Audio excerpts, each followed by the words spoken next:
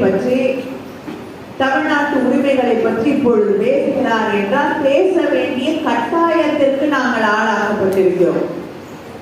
எங்க முதலமைச்சர் எங்களுக்கு பணம் கொடுக்காத, எங்க பிள்ளைங்க பள்ளிக்கூடத்துக்கு படிக்கணும், ஆனா பணம் வேண்டாம்னு சொல்லுது.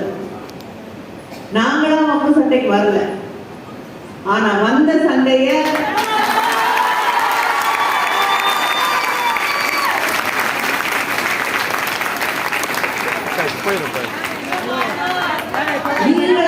படிக்கிறோம்.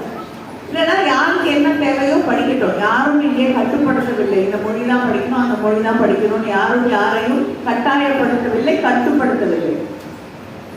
ஆனா 2 மொழி கொள்கை இருக்கக்கூடிய தமிழ்நாட்டிலே நீங்க 3 மொழி படிக்கணும் கட்டாயம் என்று திணிக்கும் போதுதான் நாங்கள் ஏற்றுக்கொள்ள மாட்டோம் என்று தமிழ்நாடு அரசு முதலமைச்சர் அவர்கள் எழுதினார். நாங்க எடுக்கிறோம், நீங்க ஒத்துக்கணும்னு சொல்றீங்க, பேசுங்க, ஒரு முடிவுக்கு வருவோம். அதுக்கு நீங்க என்ன பதில் சொல்றீங்க? நீ ஏத்துக்கிட்டு கையெழுத்து போடலன்னா